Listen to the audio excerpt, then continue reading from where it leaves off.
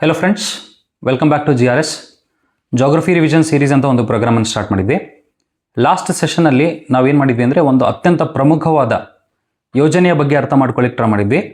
ಪರಮಶಿವಯ್ಯ ವರದಿ ಅವರು ಕೊಟ್ಟಿರ್ತಕ್ಕಂಥ ಒಂದು ಪ್ಲ್ಯಾನನ್ನು ನಾವು ಎತ್ತಿನ ಹೊಳೆ ಯೋಜನೆ ಅಂತ ಕನ್ಸಿಡರ್ ಮಾಡಿಕೊಂಡು ನಾವು ಸ್ಟೇಜ್ ಬೈ ಸ್ಟೇಜ್ ಆ ಒಂದು ಪ್ಲ್ಯಾನನ್ನು ಮಾಡಲಿಕ್ಕೆ ಇಂಪ್ಲಿಮೆಂಟ್ ಮಾಡಲಿಕ್ಕೆ ಟ್ರೈ ಮಾಡಲಿದ್ದೇವೆ. ಇವತ್ತಿನ ಸೆಷನ್ನಲ್ಲಿ ನಾವೇನು ಡಿಸ್ಕಸ್ ಮಾಡೋಣ ಅಂದರೆ ನಮ್ಮ ಕರ್ನಾಟಕದ 4ನೇ ಅತ್ಯಂತ ದೊಡ್ಡ ನದಿ ವ್ಯವಸ್ಥೆ ಆಗಿರತಕ್ಕಂತಹ ನಂದಿದುರ್ಗ ನದಿ ವ್ಯವಸ್ಥೆ ಅನ್ನೋ ಬಗ್ಗೆ ಅರ್ಥ ಮಾಡ್ಕೊಳ್ಳಿಕ್ಕೆ ಟ್ರೈ ಮಾಡೋಣ. ಓಕೆನಾ?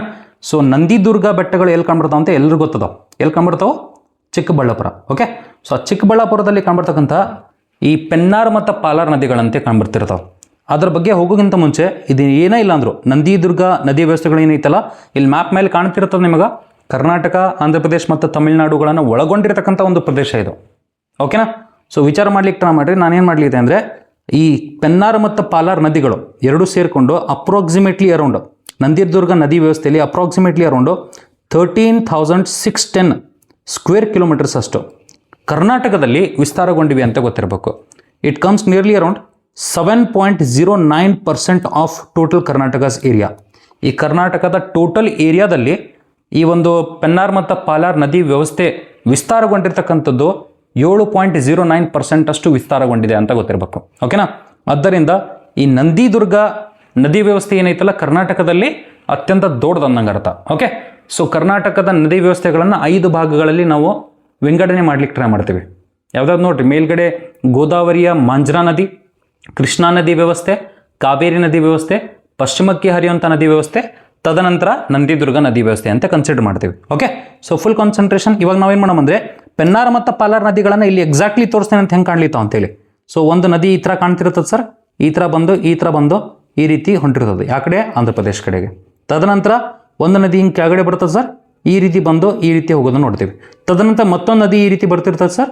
ತದನಂತರ ಇಲ್ಲಿ ನೋಡ್ರಿ, ನೀವು ಕರೆಕ್ಟಾಗಿ ನೋಡ್ಲಿಕ್ಕೆ ಟ್ರೈ ಮಾಡ್ರಿ. ಪೆನ್ನಾರ್ ಮತ್ತು ಪಾಲಾರ್ ಅಂತೆ ಒಂದು 2 ನದಿಗಳ ಹೆಸರು ಬರ್ದೇನೆ. ಆದರೆ ನದಿಗಳನ್ನು ಬರೆಯುವಾಗ ನಾನು ಏನು ಮಾಡಲಿದೆ ಅಂದರೆ ಒಂದು 3 ನದಿಗಳನ್ನು ಇಲ್ಲಿ ತೋರಿಸ್ಲಿಕ್ಕೆ ಟ್ರೈ ಮಾಡ್ಲಿದ್ದೀನಿ. ವಿಚಾರ ಮಾಡ್ಲಿಕ್ಕೆ ಟ್ರೈ ಮಾಡ್ರಿ, ಅದೇ ಭಾಳ ಇಂಪಾರ್ಟೆಂಟ್ ಅನ್ಕೊಡ್ರಿ. ಸರ್, ಇಲ್ಲಿರ್ತಕ್ಕಂಥ ಒಂದು ನದಿಗೆ ನಾನು ಏನಂತ ಕರಿತೀನಿ ಗೊತ್ತಾ? ಪೆನ್ನಾರ್ ಅಂತ ಕರಿತೀನಿ. ಇದಕ್ಕೆ ಪೆನ್ನಾರ್ ಅಂತ ಕರಿತೀನಿ. ಇಲ್ಲಿ ಕೆಳಗಡೆ ಇರ್ತಕ್ಕಂಥದ್ದು ನದಿಗೆ ನಾವು ಪೊನ್ನಯ್ಯಾರ್ ಅಂತ ಕರಿತೀವಿ. ಪೊನ್ನಯ್ಯಾರ್ ಅಂತ ಕರಿತೀವಿ. ಓಕೆನಾ? ಸೊ ಪೆನ್ನಾರ್ ಪೊನ್ನಯ್ಯಾರ್, ಅದ್ರ ಮಧ್ಯದಲ್ಲಿ ಈ ಒಂದು ನದಿಗೆ ನಾವೇಂತ ಕರಿತೀವಿ ಗೊತ್ತಾ? ಇದಕ್ಕೆ ಸರ್ ಪಾಲಾರ್ ಅಂತ ಕರಿತೀವಿ. ವಿಚಾರ ಮಾಡ್ಲಿಕ್ಕೆ ಟ್ರೈ ಮಾಡ್ರಿ. ಆಲ್ರೆಡಿ ಈ 3 ನದಿಗಳ ಮಧ್ಯದಲ್ಲಿ ಒಂದು ಮೋಸ್ಟ್ ಇಂಪಾರ್ಟೆಂಟ್ ಡಿಫ್ರೆನ್ಸ್ ಗೊತ್ತಾಯ್ತು ನಮಗೆ. ಏನು ಡಿಫ್ರೆನ್ಸ್ ಗೊತ್ತಾ ಸರ್? ಇಲ್ಲಿ ಪೆನ್ನಾರ್ ಮತ್ತು ಪೊನ್ನಯ್ಯಾರ್ ಅನ್ನೋದು 2 ರಾಜ್ಯಗಳಲ್ಲಿ ಹರಿತಿರ್ತಕ್ಕಂಥದ್ದು. ಆದರೆ ಪಾಲಾರ್ ನದಿ ನೋಡ್ರಿ 3 ರಾಜ್ಯಗಳಲ್ಲಿ ಹರಿಲಿರ್ತದೆ. ಓಕೆನಾ? ಸೊ 3 ರಾಜ್ಯಗಳು ಯಾವ ನೋಡ್ರಿ ಪಾಲಾರ್ ನದಿ ಹರಿಯೋದು? ಕರ್ನಾಟಕ, ಆಂಧ್ರ ಪ್ರದೇಶ ಮತ್ತು ತಮಿಳುನಾಡು. ಅವು ಎಲ್ಲಿ ಹೋಗಿ ಸೇರ್ತಾವೆ, ಎಲ್ಲಿಂದ ಉಗಮಗೊಂಡವು ಅಂತ ಗೊತ್ತಾಯ್ತು ಆಲ್ರೆಡಿ ನಮಗೆ. ಎಲ್ಲಿಂದ ಉಗಮಗೊಳ್ತಾವೆ ಅಂದರೆ ಫಾರ್ ಎಕ್ಸಾಂಪಲ್ ಪೆನ್ನಾರ್ ನದಿಯನ್ನು ನೋಡ್ರಿ. ಈ ಪೆನ್ನಾರ್ ನದಿ ಅನ್ನೋದು ನಂದಿದುರ್ಗ ಬೆಟ್ಟಗಳ ಹತ್ತಿರ ಇರತಕ್ಕಂಥ ಚನ್ನಕೇಶ್ವರ ಬೆಟ್ಟ ಸಮೂಹಗಳಿಂದ ಉಗಮಗೊಳ್ಳುವಂಥ ಒಂದು ಅತ್ಯಂತ ಪ್ರಮುಖವಾದ ನದಿ. ಈಗ ನೀವು ಪಾಲಾರ್ ನದಿಯನ್ನು ನೋಡಿದರೆ ನಂದಿದುರ್ಗ ಬೆಟ್ಟಗಳಿಂದನೇ ಸ್ಟಾರ್ಟ್ ಆಗಿರ್ತಾವೆ. ಆದರೆ ಬೆತ್ತಮಂಗಲ ಅಂತ ಒಂದು ಪ್ಲೇಸ್ ಇರ್ತದೆ, ಅಲ್ಲಿಂದ ಸ್ಟಾರ್ಟ್ ಆಗಿರ್ತದೆ. ಮೋಸ್ಟ್ ಇಂಪಾರ್ಟೆಂಟ್ ನದಿ ಪಾಲಾರ್ ನದಿ. ತದನಂತರ ಪೊನ್ನಯ್ಯಾರ್ ಐತಲ್ಲ, ಈ ಪೊನ್ನಯ್ಯಾರ್ ನದಿ ಅನ್ನೋದು ಹರವೇಶೆಟ್ಟಿಹಳ್ಳಿ ಅಂತ ಏನಪ್ಪಾ ಅಂದರೆ ಚಿಕ್ಕಬಳ್ಳಾಪುರದಾಗ ನಂದಿದುರ್ಗ ಬೆಟ್ಟಗಳ ಕಡೆಗೆ ಕಂಡುಬರ್ತದ, ಅಲ್ಲಿಂದ ಸ್ಟಾರ್ಟ್ ಆಗ್ತಿರ್ತಕ್ಕಂಥ ನದಿ. ಓಕೆನಾ? ಸೊ ಇವಾಗ ನೋಡ್ರಿ, ವಿಚಾರ ಮಾಡ್ಲಿಕ್ಕೆ ಟ್ರೈ ಮಾಡ್ರಿ. ಈ ಪೆನ್ನಾರನ್ನು ನಾವು ಈ ರೀತಿನೂ ಕರಿತೀವಿ. ಹೆಂಗೆ ಕರಿತೀವಿ ಅಂದರೆ ಸರ್ ಇದಕ್ಕೆ ಉತ್ತರ ಪಿನಾಕಿನಿ ಅಂತಲೂ ಕರೀತಾರ. ಉತ್ತರ ಪಿನಾಕಿನಿ ಅಂತಲೂ ಕರೀತಾರ. ಇಲ್ಲಿ ಪೊನ್ನಯ್ಯಾರ್ ನದಿ ಐತಲ್ಲ, ಪೊನ್ನಯ್ಯಾರ್ ತಮಿಳುನಾಡು ಒಳಗೆ ಇದನ್ನು ದಕ್ಷಿಣ ಪಿನಾಕಿನಿ ಅಂತ ಕರೀತಾರೆ. ದಕ್ಷಿಣ ಪಿನಾಕಿನಿ ಅಂತಲೂ ಕರೀತಾರೆ. ಅದನ್ನು ನೀವು ಅರ್ಥ ಮಾಡ್ಕೊಳ್ಳಿಕ್ಕೆ ಟ್ರೈ ಮಾಡಬೇಕು. ಓಕೆನಾ? ಸಮ್ಟೈಮ್ಸ್ ದಕ್ಷಿಣ ಪೆನ್ನಾರ್ ಅಂತಲೂ ಕರೀತಾರ, ದಕ್ಷಿಣ ಪಿನಾಕಿನಿ ಅಂತಲೂ ಕರೀತಾರ, ಪೊನ್ನಯ್ಯಾರ್ ಅಂತಲೂ ಕರೀತಾರ. ಆದರೆ ಇಲ್ಲಿ ಇದಕ್ಕೆ ಪೆನ್ನಾರ್ ಅಂತ ಕರೀತಾರ, ಇಲ್ಲಾಂದರೆ ಉತ್ತರ ಪಿನಾಕಿನಿ ಅಂತ ಕರೀತಾರ. ಅದನ್ನು ನೀವು ಅರ್ಥ ಮಾಡ್ಕೊಳ್ಳಿಕ್ಕೆ ಟ್ರೈ ಮಾಡಬೇಕು. ಎಲ್ಲ ನದಿಗಳ ಉಗಮ ಸ್ಥಾನವನ್ನು ಆಲ್ರೆಡಿ ನಾನು ಇಲ್ಲೇ ತಿಳಿಸ್ಲಿಕ್ಕೆ ಟ್ರೈ ಮಾಡೀನಿ. ಅದನ್ನು ನೀವು ಅರ್ಥ ಮಾಡ್ಕೊಳ್ರಿ. ಯಾವ ನೋಡ್ರಿ, ವಿಚಾರ ಮಾಡ್ಲಿಕ್ಕೆ ಟ್ರೈ ಮಾಡ್ರಿ. ನಾನು ಏನು ಮಾಡ್ತೇನೆ ಅಂದರೆ ಎಕ್ಸಾಕ್ಟ್ಲಿ ಇಲ್ಲಿ ಉತ್ತರ ಪೆನ್ನಾರ್ ಐತಲ್ಲ, ಪೆನ್ನಾರ್, ಆ ಪೆನ್ನಾರ್ ಅನ್ನೋದು ಎಕ್ಸಾಕ್ಟ್ಲಿ ಈ ಒಂದು ಪ್ರದೇಶದ ಕಡೆಗೆ ಸಂಗಮಗೊಳ್ಳೋದು ನೋಡ್ತೀವಿ. ಈ ಪ್ರದೇಶವನ್ನು ನಾವೇನಂತ ಕರಿತೀವಿ ಗೊತ್ತಾ? ನೆಲ್ಲೋರೆ ಅಂತ ಕರಿತೀವಿ. ನೆಲ್ಲೋರೆ. ಸೊ ಆ ನೆಲ್ಲೋರೆ ಪ್ರದೇಶದ ಕಡೆಗೆ ನಾವೇನು ನೋಡ್ಲಿತ್ತೀವಿ ಅಂದರೆ ಈ ಒಂದು ಏನಪ್ಪ ಅಂದರೆ ಪೆನ್ನಾರ್ ನದಿ ಹೋಗಿ ಬಂಗಾಳ ಕೊಲ್ಲಿಯನ್ನು ಸೇರುವುದನ್ನು ನೋಡ್ತೀವಿ. ಅದಕ್ಕಿಂತ ಮುಂಚೆ ನಿಮ್ಗೆ ಆಲ್ರೆಡಿ ಗೊತ್ತಿದ್ದಂಗೆ ಇಲ್ಲೆಲ್ಲ ಭಾಳಷ್ಟು ಬೆಟ್ಟ ಸಮೂಹಗಳು ಕಂಡುಬಿಡ್ತಿರ್ತಾವೆ. ಓಕೆ, ಸೊ ಈ ಬೆಟ್ಟ ಸಮೂಹಗಳು ಕಂಡು ಬಂದಾಗ ವಿಚಾರ ಮಾಡ್ರಿ, ಟ್ರೈ ಮಾಡ್ರಿ. ಏನಪ್ಪ ಅಂದರೆ ಈಸ್ಟರ್ನ್ ಘಾಟ್ಸ್ ಇವು, ಪೂರ್ವಘಟ್ಟಗಳಿವು. ಈ ಪೂರ್ವಘಟ್ಟಗಳಲ್ಲಿ ಇರ್ತಕ್ಕಂಥ ಅತ್ಯಂತ ಪ್ರಮುಖ ಒಂದು ಬೆಟ್ಟ ಸಮೂಹಗಳು, ಅದರ ಮುಖಾಂತರ ಪೆನ್ನಾರ್ ನದಿ ಹೋಗಿ ಬಂಗಾಳ ಕೊಲ್ಲಿಯನ್ನು ಸೇರುವುದು ಅಂತ ಗೊತ್ತಿರಬೇಕು. ಈ ಒಂದು ಬೆಟ್ಟ ಸಮೂಹಗಳಿಗೆ ನಾವೇನು ಕರಿತೀವಿ ಗೊತ್ತಾ? ಸರ್ ವರ್ರಮಾಲಾ ಬೆಟ್ಟ ಸಮೂಹಗಳು ಅಂತ ಕರಿತೀವಿ. ಈ ವರ್ರಮಾಲಾ ಬೆಟ್ಟ ಸಮೂಹಗಳು ಏನೈತಿಲ್ಲ, ಈ ವರ್ರಮಾಲಾ ಬೆಟ್ಟ ಸಮೂಹಗಳಲ್ಲಿ ಒಂದು ಮೋಸ್ಟ್ ಇಂಪಾರ್ಟೆಂಟ್ ಕೆನಿಯಾನ್ ಕ್ರಿಯೇಟ್ ಆಗದ, ಕಂದರ ಕ್ರಿಯೇಟ್ ಆಗದ, ಗಾರ್ಜ್ ಕ್ರಿಯೇಟ್ ಆಗದ. ಅದಕ್ಕೆ ನಾವೇನಂತ ಕರಿತೀವಿ ಗೊತ್ತಾ, ಗಾಂಧಿಕೋಟ ಗಾರ್ಜ್ ಅಂತ ಕರಿತೀವಿ. ಗಾಂಧಿಕೋಟ ಗಾರ್ಜ್ ಅಂತ ಕರಿತೀವಿ. ಅದೇ ಮೋಸ್ಟ್ ಇಂಪಾರ್ಟೆಂಟ್ ಇಲ್ಲಿ. ಓಕೆ, ಗಾಂಧಿಕೋಟ ಗಾರ್ಜ್ ಅಂತ ಕರಿತೀವಿ, ಅಥವಾ ಗಾಂಧಿಕೋಟ ಕೆನಿಯಾನ್ ಅಂತ ಕರಿತೀವಿ. ಈ ಕೆನಿಯಾನ್ ಅಂದರೆ ಸರ್ ವಿಚಾರ ಮಾಡ್ಲಿಕ್ಕೆ ಟ್ರೈ ಮಾಡ್ರಿ, ಗಾಂಧಿಕೋಟ ಕೆನಿಯಾನ್ ಎಷ್ಟು ಫೇಮಸ್ ಐತಂದರೆ ಇಡೀ ಭಾರತದಲ್ಲಿ ಅತ್ಯಂತ ದೊಡ್ಡ ಕೆನಿಯಾನ್ ಇದು. ಆದ್ದರಿಂದ ವರ್ರಮಾಲಾ ಬೆಟ್ಟ ಸಮೂಹಗಳಲ್ಲಿ ಪೆನ್ನಾರ್ ನದಿಯಿಂದ ರಚನೆಗೊಂಡಿರ್ತಕ್ಕಂತಹ ಆಂಧ್ರ ಪ್ರದೇಶದಲ್ಲಿ ಇರತಕ್ಕಂಥ ಅತ್ಯಂತ ಪ್ರಮುಖವಾದ ಕೆನಿಯಾನ್ ಇದು, ಅತ್ಯಂತ ದೊಡ್ಡ ಕೆನಿಯಾನ್ ಭಾರತದ್ದು ಗಾಂಧಿಕೋಟ ಅನ್ನೋದು. ಅದನ್ನ ನೀವು ಅರ್ಥ ಮಾಡ್ಕೊಳ್ಳಿಕ್ಕೆ ಟ್ರೈ ಮಾಡಬೇಕು. ಓಕೆ, ಸೊ ಈ ಟೋಟಲ್ ಈ ಒಂದು ಪೆನ್ನಾರ್ ನದಿಯ ಉದ್ದ ಎಷ್ಟೈತೆ ಗೊತ್ತಾ? ಈ ಪೆನ್ನಾರ್ ನದಿಯ ಉದ್ದ ಐತಿ ಸರ್ ಅಪ್ರಾಕ್ಸಿಮೇಟ್ಲಿ ಅರೌಂಡ್ ಒಂದು 597 ಕಿಲೋಮೀಟರ್ ಐತಿ. ಅದರದ್ದು ನಮ್ಮ ಕರ್ನಾಟಕದಲ್ಲಿ ಎಷ್ಟೈತೆ ಗೊತ್ತಾ, 61 ಕಿಲೋಮೀಟರ್ ಐತಿ. ಅದನ್ನು ನೀವು ನೆನಪಿಡ್ಲಿಕ್ಕೆ ಟ್ರೈ ಮಾಡಬೇಕು. ಓಕೆನಾ, ಇದೇ ರೀತಿ ನಾ ಪಾಲಾರ್ ನದಿದು ಕೂಡ ಏನಪ್ಪ ಅಂದರೆ ಲೆಂತ್ ಬರಿಬೋದಿಲ್ಲ. ಎಷ್ಟೈತೆ ಅಂದರೆ 384 ಕಿಲೋಮೀಟರ್ಸ್ ಐತಿ ಟೋಟಲ್. ತದನಂತರ 93 ಕಿಲೋಮೀಟರ್ ನಮ್ಮ ಕರ್ನಾಟಕದಲ್ಲಿ ಹರಿಯೋದು ಅಂತ ಗೊತ್ತಿರಬೇಕು. ಪೊನ್ನಯ್ಯರ್ ಐತಲ್ಲ, ಇದರದ್ದು ಟೋಟಲ್ 497 ಕಿಲೋಮೀಟರ್ಸ್ ಐತೆ ಸರ್. ಅದರೊಳಗೆ ಏನಪ್ಪ ಅಂದರೆ 79 ಕಿಲೋಮೀಟರ್ ನಾವು ಕರ್ನಾಟಕದಲ್ಲಿ ಹರಿಯೋದನ್ನು ನೋಡ್ತೀವಿ. ಸೊ ಎಲ್ಲ ನದಿಗಳದ್ದು ಟೋಟಲ್ ಉದ್ದ ಮತ್ತು ಕರ್ನಾಟಕದಲ್ಲಿ ಇರತಕ್ಕಂಥ ಉದ್ದವನ್ನು ನೋಡಿದ್ವಿ. ಈಗ ಟೋಟಲ್ ಉದ್ದ ಕರ್ನಾಟಕದಲ್ಲಿ ಇರತಕ್ಕಂಥ ಉದ್ದವನ್ನು ನೋಡ್ಲಿಕ್ಕೆ ಟ್ರೈ ಮಾಡ್ರಿ. ಪೆನ್ನಾರ, ಪಾಲಾರ ಮತ್ತು ಪೊನ್ನಯ್ಯಾರ, ಉತ್ತರ ಪೆನ್ನಾರ, ಪಾಲಾರ, ದಕ್ಷಿಣ ಪೆನ್ನಾರ ಏನೈತಲ್ಲ, ಈ ಮೂರು ನದಿಗಳಲ್ಲಿ ಅತ್ಯಂತ ಉದ್ದವಾದ ನದಿ ಯಾವ್ದು ಬರ್ತದೆ? ಪೆನ್ನಾರ ಬರ್ತದೆ. ಉತ್ತರ ಪೆನ್ನಾರ, ಉತ್ತರ ಪಿನಾಕಿನಿ ಆಗ್ಬಿಡ್ತದೆ 597 ಕಿಲೋಮೀಟರ್ಸ್. ಆದರೆ ಇದರ ಉದ್ದಗಳನ್ನು ನಾವು ಕರ್ನಾಟಕದಲ್ಲಿ ಕನ್ಸಿಡರ್ ಮಾಡಿದಾಗ ಒಂದು ಉತ್ತರ ಪಿನಾಕಿನಿ 61 ಕಿಲೋಮೀಟರ್ ಆಗ್ತದೆ, ಪಾಲಾರ್ ಏನಾಗ್ತದೆ 93 ಕಿಲೋಮೀಟರ್ಸ್ ಆಗ್ತದೆ, ಆಮೇಲೆ ದಕ್ಷಿಣ ಪಿನಾಕಿನಿ ಏನಾಗ್ಬಿಡ್ತದೆ ಅಂದರೆ 79 ಕಿಲೋಮೀಟರ್ಸ್ ಆಗ್ಬಿಡ್ತದೆ. ಸೊ ಕರ್ನಾಟಕದಲ್ಲಿ ಹರಿಯುವಾಗ ಪಾಲಾರ್ ಮತ್ತು ಪೆನ್ನಾರ್ಗಳಲ್ಲಿ ಅತ್ಯಂತ ಉದ್ದವಾದ ನದಿ ಯಾವುದು ಅಂತ ಕೇಳ್ಬಿಟ್ರೆ ನೀವು ಆರಾಮ್ಸೆ ಪಾಲಾರ್ ಹೇಳ್ತೀರಿ. Hope everybody is understanding. ಒಟ್ಟು ಉದ್ದಗಳನ್ನು ಕೇಳಿದಾಗ ಪೆನ್ನಾರ್ ಹೇಳ್ತೀರಿ, ಉತ್ತರ ಪೆನ್ನಾರ. ಆದರೆ ಕರ್ನಾಟಕದಲ್ಲಿ ಅದರ ಉದ್ದಗಳನ್ನು ನೀವು ಕನ್ಸಿಡರ್ ಮಾಡಿರಿ ಅಂತ ಕೇಳಿದಾಗ ಪಾಲಾರ್ ನದಿ ಅಂತ ಹೇಳ್ಬೇಕು. ಓಕೆ, ಸೊ ವಿಚಾರ ಮಾಡ್ಲಿಕ್ಕೆ ಟ್ರೈ ಮಾಡ್ರಿ. ಇವಾಗ ನಾ ಪಾಲಾರ್ ನದಿ ಮೇಲೆ, ಪಾಲಾರ್ ನದಿ ಇದು ಸಂಗಮ ಹೇಳಿಕ್ಕೆ ಟ್ರೈ ಮಾಡ್ತೀನಿ. ಇಲ್ಲಿ ಈ ಸಂಗಮ ಏನೈತಲ್ಲ ಇದಕ್ಕೆ ನಾವು ವೈಲೂರು ಅಂತ ಕರಿತೀವಿ. ಓಕೆನಾ, ವೈಲೂರು ಅಂತ ಕರಿತೀವಿ. ಎಲ್ಲೈತಪ್ಪ ಅಂದರೆ ಚೆನ್ನೈ ನಿಯರ್ ಬರ್ತಾ ಇದು. ಈ ಚೆನ್ನೈ ನಿಯರ್ ಬರ್ತಕ್ಕಂಥ ಈ ಒಂದು ಪ್ಲೇಸಿಗೆ ನಾವು ವೈಲೂರು ಅಂತ ಕರೀತೀವಿ. ಆ ವೈಲೂರು ಕಡೆ ಈ ಒಂದು ಪಾಲಾರ್ ನದಿ ಹೋಗಿ ಬಂಗಾಳ ಕೊಲ್ಲಿಯನ್ನು ಸೇರುವುದಂತ ಗೊತ್ತಿರಬೇಕು. ತದನಂತರ ಮೋಸ್ಟ್ ಇಂಪಾರ್ಟೆಂಟ್ ಆಗಿ ನಾವು ಪೊನ್ನಯ್ಯರ್ ಅಥವಾ ದಕ್ಷಿಣ ಪಿನಾಕಿನಿ ಅಂತೇಳಿ ನೋಡ್ತೀವಲ್ಲ, ಆ ದಕ್ಷಿಣ ಪಿನಾಕಿನಿ ಎಲ್ಲಿ ಸಂಗಮಗೊಳ್ಳುವುದು ಬಂಗಾಳ ಕೊಲ್ಲಿಗೆ ಸೇರುವಾಗ ಅಂತ ನೋಡಿದರೆ ಸರ್ ಪುದುಚೇರಿ ಹತ್ತಿರ ಒಂದು ಮೋಸ್ಟ್ ಇಂಪಾರ್ಟೆಂಟ್ ಪ್ಲೇಸ್ ಕಂಡುಬರ್ತದೆ ಸರ್, ಕಡಲೂರು ಅಂತೇಳಿ. ಕಡಲೂರು ಅಂತ ಕಂಡುಬರ್ತದ. ಆ ಕಡಲೂರು ಕಡೆ ಹೋಗಿ ಬಂಗಾಳ ಕೊಲ್ಲಿನ ಸೇರುವುದಂತೆ ಗೊತ್ತಿರಬೇಕು. ಸೊ ನಮ್ಮ ಪೆನ್ನಾರ್ ಮತ್ತು ಪಾಲಾರ್ ನದಿಗಳು ಎಕ್ಸಾಕ್ಟ್ಲಿ ಹಿಂಗೆ ಕಾಣ್ಲಿತಾವೆ. ಈ ಪೆನ್ನಾರಲ್ಲಿ ಒಂದು ಮೋಸ್ಟ್ ಇಂಪಾರ್ಟೆಂಟ್ ಲಕ್ಷಣವನ್ನು ಏನು ಹೇಳಿದೆ, ವರ್ರಮಾಲಾ ಬೆಟ್ಟ ಸಮೂಹಗಳು ಎದರ್ದಿತ್ತು ಪೂರ್ವ ಘಟ್ಟಗಳದ್ದು.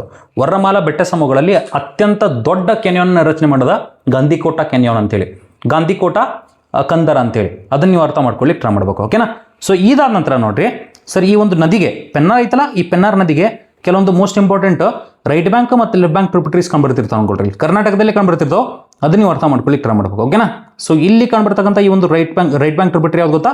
ಪಾಪಾಗ್ನಿ ಅಂತ ಕರೀತಾರೆ, ಪಾಪಾಗ್ನಿ. ತದನಂತರ ಇದಕ್ಕೆ ಏನಂತ ಕರೀತಾರೆ ಗೊತ್ತಾ? ಚಿತ್ರಾವತಿ ಅಂತ ಕರೀತಾರೆ, ಚಿತ್ರಾವತಿ. ತದನಂತರ ಈ ಕಡೆ ಒಂದು ಲೆಫ್ಟ್ ಬ್ಯಾಂಕ್ ಟ್ರಿಬ್ಯೂಟರಿ ಐತಲ್ಲ, ಇದಕ್ಕೆ ಜಯಮಂಗಲಿ ಅಂತ ಕರೀತಾರೆ, ಜಯಮಂಗಲಿ ಅಂತ ಕರೀತಾರೆ. ನೀವು ಅದನ್ನು ನೀವು ಅರ್ಥ ಮಾಡ್ಕೊಳ್ಳಿಕ್ಕೆ ಟ್ರೈ ಮಾಡಬೇಕು. ಸೊ ಪೆನ್ನಾರ್ ನದಿಗೆ ಅತ್ಯಂತ ಪ್ರಮುಖವಾದ ಕರ್ನಾಟಕದಲ್ಲಿ ಕಂಡುಬರ್ತಕ್ಕಂಥ ಉಪನದಿಗಳು. ಈ ಉಪನದಿಗಳು ಸ್ವಲ್ಪ ದೊಡ್ಡದಿರತಕ್ಕಂಥ ಕಾರಣದಿಂದ ಆ ಒಂದು ಉಪನದಿಗಳನ್ನು ನಾನು ಅಲ್ಲೇ ಮೆನ್ಷನ್ ಮಾಡ್ಲಿಕ್ಕೆ ಟ್ರೈ ಮಾಡ್ಲಿದ್ದೇನೆ. ಓಕೆನಾ, ಸೊ ಇಷ್ಟಂತೂ ಗೊತ್ತಿರಬೇಕು ನಿಮಗೆ. ತದನಂತರ ನೋಡ್ರಿ, ಈ ಪೆನ್ನಾರ್ ಐತಲ್ಲ, ಈ ಪೆನ್ನಾರ್ ನದಿ ಮೇಲೆ ನಾವೇನು ನೋಡ್ಲಿಕ್ಕೆ ಗೊತ್ತಾ, ಒಂದು ಅತ್ಯಂತ ಪ್ರಮುಖವಾದ ಇಲ್ಲಿ ಕೆಲವೊಂದು ಡ್ಯಾಮ್ಸ್ಗಳನ್ನು ನೋಡ್ಲಿದ್ದೀವಿ. ಓಕೆ, ಸೊ ಡ್ಯಾಮ್ಸ್ಗಳನ್ನು ನೋಡುವಾಗ ಹೆಂಗೆ ಕಾಣ್ತಿರ್ತದೆ ನೋಡ್ರಿ. ಸರ್ ಇಲ್ಲೊಂದು ಡ್ಯಾಮ್ ಐತೆ, ಸರ್ ಇಲ್ಲೊಂದು ಡ್ಯಾಮ್ ಐತೆ, ತದನಂತರ ಇಲ್ಲೊಂದು ಡ್ಯಾಮ್ ಐತೆ, ತದನಂತರ ಇಲ್ಲೊಂದು ಡ್ಯಾಮ್ ಐತೆ. ಈ ಮೂರು ಡ್ಯಾಮ್ಸ್ಗಳು ಇಂಪಾರ್ಟೆಂಟ್ ಅನ್ಕೊಟ್ರಿ ಪೆನ್ನಾರ್ ನದಿ ಮೇಲೆ ಆಂಧ್ರ ಪ್ರದೇಶ ಒಳಗೆ ಕಂಡುಬರ್ತಿರ್ತಾವೆ. ಆದ್ದರಿಂದ ಇಲ್ಲಿ ಫಸ್ಟಿಗೆ ಬರ್ತಿರ್ತಕ್ಕಂಥ ಈ ಒಂದು ಡ್ಯಾಮಿಗೆ ನಾವು ಮೈಲಾವರಂ ಡ್ಯಾಮ್ ಅಂತ ಕರಿತೀವಿ. ಮೈಲಾವರಂ ಡ್ಯಾಮ್ ಜಸ್ಟ್ ನೀವು ನೆನ್ಪಿಟ್ರೆ ಸಾಕು ನನಗೆ. ಓಕೆನಾ, ಮೈಲಾವರಂ ಡ್ಯಾಮ್. ತದನಂತರ ನೋಡ್ರಿ ಇಲ್ಲಿ ಕಂಡುಬರ್ತಕ್ಕಂಥ ಈ ಒಂದು ಡ್ಯಾಮಿಗೆ ಸೋಮಶಿಲಾ ಡ್ಯಾಮ್ ಅಂತ ಕರೀತಾರೆ, ಸೋಮಶಿಲಾ ಡ್ಯಾಮ್.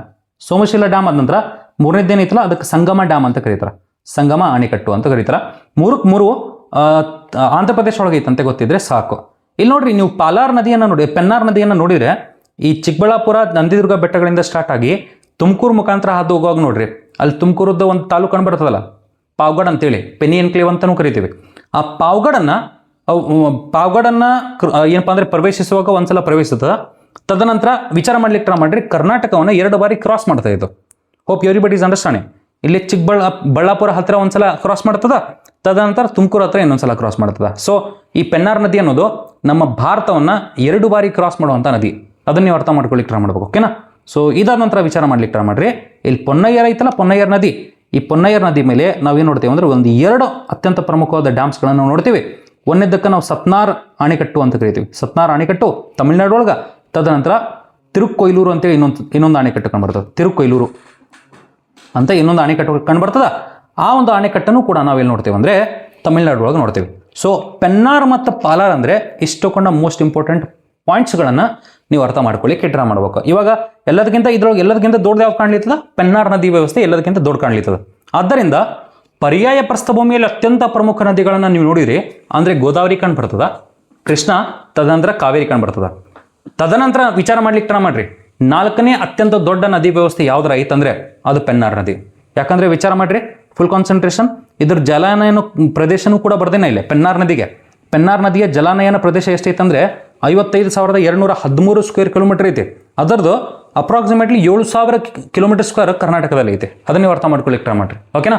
ಸೊ ಇಡೀ ಪರ್ಯಾಯ ಪ್ರಸ್ಥಭೂಮಿಯಲ್ಲಿ 4ನೇ ಅತ್ಯಂತ ದೊಡ್ಡ ನದಿ ವ್ಯವಸ್ಥೆ ಯಾವುದು ಅಂತ ಕೇಳಿಬಿಟ್ರೆ ಸರ್ ಪೆನ್ನಾರ್ ಅನ್ಬೇಕು, ಅಥವಾ ಉತ್ತರ ಪಿನಾಕಿನಿ ಅಂತ ಕರಿಬೇಕು. ಓಕೆ. ಸೊ ಅದರದೆಲ್ಲ ನೋಡ್ರಿಪ್ಪ, ಪೆನ್ನಾರ್ ಅಂದ್ಕೊಳ್ಳೆ ನಾನು ಉಗಮ ಚೆನ್ನಕೇಶ್ವರ ಹಿಲ್ಸ್, ನಂದಿದುರ್ಗ ಬೆಟ್ಟಗಳಂತ ಬರ್ತಿರ್ತೇನೆ. ತದನಂತರ ಲೆಂತ್ ಬರ್ತಿರ್ತೇನೆ. ತದನಂತರ ಜಲಾನಯನ ಪ್ರದೇಶದ ಒಂದು ನಂಬರನ್ನು ಬರ್ತಿರ್ತೇನೆ. 4ನೇ ಅತ್ಯಂತ ದೊಡ್ಡ ನದಿ ವ್ಯವಸ್ಥೆ ಪರ್ಯಾಯ ಪ್ರಸ್ಥಭೂಮಿಯಲ್ಲೂ ಗೊತ್ತಿರಬೇಕು. ಆಮೇಲೆ ಎಲ್ಲಿಗೆ ಹೋಗಿ ಸೇರ್ತದೆ? ಬಂಗಾಳ ಕೊಲ್ಲಿಗೆ ಸೇರುವಾಗ ನೆಲ್ಲೂರು ಅನ್ನೋ ಒಂದು ಪ್ಲೇಸಲ್ಲಿ ಆಂಧ್ರದ ಕರಾವಳಿ ತೀರ ಪ್ರದೇಶದಲ್ಲಿ ಸೇರ್ತದೆ ನಂಗೆ ಅರ್ಥ. ಓಕೆ. ಸೊ ತದನಂತರ ನಾವು ಪಾಲಾರ್ ನದಿ ಬಗ್ಗೆ ಅರ್ಥ ಮಾಡ್ಕೊಳ್ಳಿಕ್ಕೆ ಟ್ರೈ ಮಾಡಿದ್ವಿ. ಇದ್ರ ಟೋಟಲ್ ಎಂತ ಎಷ್ಟಿತ್ತು? 384 ಕಿಲೋಮೀಟರ್ಸ್. ಕರ್ನಾಟಕದಲ್ಲಿ ಎಷ್ಟಿತ್ತು? 93 ಕಿಲೋಮೀಟರ್ಸ್. ಉಗಮ ಎಲ್ಲೈತಿ? ಬೆತ್ತಮಂಗಲ ಅಂತ ಪ್ಲೇಸ್ ಐತಿ. ಎಲ್ಲಿ? ಚಿಕ್ಕಬಳ್ಳಾಪುರ, ನಂದಿದುರ್ಗ ಬೆಟ್ಟ ಸಮೂಹಗಳಲ್ಲಿ. ಇಲ್ಲಿ ಒಂದು ಮೋಸ್ಟ್ ಇಂಪಾರ್ಟೆಂಟ್ ಲಕ್ಷಣವನ್ನು ಬರೆದಿನಿ, ಗುಪ್ತಗಾಮಿನಿ ಲಕ್ಷಣಗಳನ್ನು ಹೊಂದಿದೆ ಅಂತೇಳಿ. ಗುಪ್ತಗಾಮಿನಿ ಅಂದರೆ ಅರ್ಥ ಏನು? ಫಾರ್ ಎಕ್ಸಾಂಪಲ್ ನಾನೇನು ಮಾಡ್ತೀನಿ ಅಂದರೆ ಸರ್ ಈ ರೀತಿ ಒಂದು 3D ಒಳಗೆ ಒಂದು ಇದನ್ನು ಬರಿತೀನಿ ಅನ್ಕೊಟ್ರಿ. ಓಕೆನಾ. 3D ಒಳಗೆ ಒಂದು ಇದನ್ನು ಬರಲಿತೀನಿ, ಒಂದು ಟೊಪೋಗ್ರಫಿನ ಬರಲಿತೀನಿ, ಅಥವಾ ಪ್ರಾಕೃತಿಕ ಲಕ್ಷಣವನ್ನು ಬರಲಿತೀನಿ. ಇವಾಗ ಯೂಶಲಿ ನದಿಗಳು ಹೆಂಗೆ ಹೊಂಟಿರ್ತಾವೆ ಅಂದರೆ ಇಲ್ಲಿ ಭೂಭಾಗದ ಮೇಲ್ಗಡೆ ಹೆಂಗೆ ಹೊಂಟಿರ್ತಾವೆ ನದಿಗಳು. ಬಟ್ ವಿಚಾರ ಮಾಡ್ಲಿಕ್ಕೆ ಟ್ರೈ ಮಾಡ್ರಿ, ನಾನು ಹೇಳಿರ್ತೇನೆ ಇಲ್ಲಿ ಸರ್ ಇಲ್ಲೇ ಸರ್ ಫುಲ್ ಕಾನ್ಸಂಟ್ರೇಷನ್ ಇಲ್ಲಿ ಕೆಳಗಡೆಯಿಂದ ಬರ್ಲಿತ್ತಾವ. ಈ ಥರ ಕೆಳಗಡೆಯಿಂದ ಬಂದು ಈ ರೀತಿ ಬರ್ಲಿತ್ತು ನದಿಗಳು. ಅರ್ಥ ಆಯ್ತು ಅನ್ಕೊಂಡಿನಿ. ಅಂದರೆ ನದಿಗಳು ಏನಪ್ಪ ಅಂದರೆ ಅಂತರ್ಜಲದ ಗತಿ ಕೆಳಗಡೆ ಹರಿತಿರ್ತಾವೆ, ಮೇಲ್ಗಡೆ ಕಾಣ್ತಿರಂಗಿಲ್ಲ. ಕಂಡ್ರೂ ಕೂಡ ಬಹಳಷ್ಟು ಸಣ್ಣ ಸಣ್ಣ ಹೋಲ್ಸ್ಗಳು ಕಾಣ್ಬಿಡ್ತಿರ್ತಾವೆ, ಅಲ್ಲಿ ಇಲ್ಲಿ ಕಾಣ್ತಿರ್ತಾವೆ. ಆದ್ದರಿಂದ ವಿಚಾರ ಮಾಡ್ರಿ, ಈ ಪೂರ್ತಿ ನದಿ ಕೆಳಗಡೆ ಭಾಗದಲ್ಲಿ ಹರಿಯುವಂಥ ಕಾರಣದಿಂದ ನಾವು ಇದಕ್ಕೆ ಗುಪ್ತಗಾಮಿನಿ ನದಿ, ಗುಪ್ತಗಾಮಿನಿ ಎಕ್ಸಾಕ್ಟ್ಲಿ ಹಿಂಗ ರೀತಿ ಇರ್ತಿತ್ತು ಅನ್ಕೊಡ್ರಿ. ಆದ್ದರಿಂದ ಪಾಲಾರ್ ನದಿ ಗುಪ್ತಗಾಮಿನಿ ಲಕ್ಷಣಗಳನ್ನು ಹೊಂದಿದೆ ಅಂತ ಬರ್ತೀನಿ.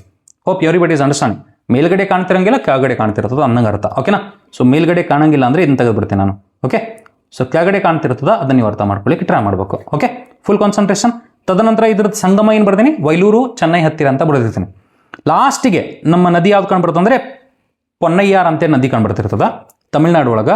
ಈ ಒಂದು ನದಿಗೆ ನಾವು ದಕ್ಷಿಣ ಪೆನ್ನಾರ್, ದಕ್ಷಿಣ ಪಿನಾಕಿನಿ ಅಂತಲೂ ಕರೆದಿದ್ವಿ. ಟೋಟಲ್ ಎಂತ ಎಷ್ಟಿತ್ತು? 497 ಕಿಲೋಮೀಟರ್ಸು. 79 ಕಿಲೋಮೀಟರ್ ಕರ್ನಾಟಕದಲ್ಲಿತ್ತು. ಉಗಮ ಎಲ್ಲೈತೆ? ನಂದಿದುರ್ಗ ಬೆಟ್ಟ ಸಮೂಹಗಳ ಹತ್ತಿರ ಹರಿವೇಶೆಟ್ಟಿಹಳ್ಳಿ ಬಳಿ ಏನಪ್ಪ ಅಂದರೆ ಉಗಮಗೊಳ್ಳುವುದು. ಸಂಗಮ ಆಗುವಾಗ ಈ ಒಂದು ನದಿ ಬಂಗಾಳ ಕೊಲ್ಲಿನ ಸೇರೋಕ್ಕಿಂತ ಮುಂಚೆ ಕಡಲೂರು, ಪುದುಚೇರಿ ಹತ್ತಿರ ಒಂದು ಸಿಟಿ ಐತಿ ಕಡಲೂರು ಅಂತೇಳಿ, ಅದ್ರ ಮುಖಾಂತರ ಹಾದು ಹೋಗೋದು ಅಂತ ಗೊತ್ತಿರಬೇಕು. ಅಂದರೆ ಆಯಾ ಪ್ಲೇಸ್ಗಳಲ್ಲಿ ತಮ್ಮ ನದಿ ಮುಖಜ ಭೂಮಿಗಳನ್ನು ರಚನೆ ಮಾಡುವುದು ಅಂತ ಗೊತ್ತಿರಬೇಕು. ಸೊ ಇಷ್ಟುಕೊಂಡ ಪಾಯಿಂಟ್ಸ್ಗಳು ನಿಮ್ಗೆ ಗೊತ್ತಾದರೆ I would say you are good to go with Pennar ಮತ್ತು ಪಾಲಾರ್. ಪೆನ್ನಾರ್ ಮತ್ತು ಪಾಲಾರ್ ನದಿಗಳ ಬಗ್ಗೆ ಏನಾದರೂ ಕೇಳಿದ್ರು ಅಂದರೆ ನಾನು ಸಿಮಟಿಗೆ ಇಷ್ಟರಲ್ಲಿ ಕೇಳಬೇಕು ಅವರು. ಅರ್ಥ ಆಗ್ಲಿತ್ತದ ಅನ್ಕೊಂಡೀನಿ. 99% ಶೋರ್ ಇದು ಇಲ್ಲಿ ಕ್ವಶನ್ಸ್ಗಳು ಕೇಳಿದರೆ ಇಲ್ಲಿ ಮಿಸ್ ಆಗಂಗಿಲ್ಲವು. ಬಟ್ ಮಿಸ್ ಆದರೂ ಕೂಡ ಇದಕ್ಕಿಂತ ಜಾಸ್ತಿ ಇನ್ಫಾರ್ಮೇಷನ್ ನೀವು ನೆನ್ಪಿಡೋದ್ರಲ್ಲೂ ಅರ್ಥನೂ ಕೂಡ ಇರೋಂಗಿಲ್ಲ. ಯಾಕಂದರೆ ultimately we are not robots to remember each and everything. ಅದನ್ನ ನೀವು ಅರ್ಥ ಮಾಡ್ಕೊಳ್ಳಿಕ್ಕೆ ಟ್ರೈ ಮಾಡಬೇಕು. ಹ್ಯೂಮನ್ಲಿ ಎಷ್ಟು ಪಾಸಿಬಲ್ ಐತಿ ಅಷ್ಟೇ ನೆನ್ಪಿಡ್ಲಿಕ್ಕೆ ಟ್ರೈ ಮಾಡಬೇಕು.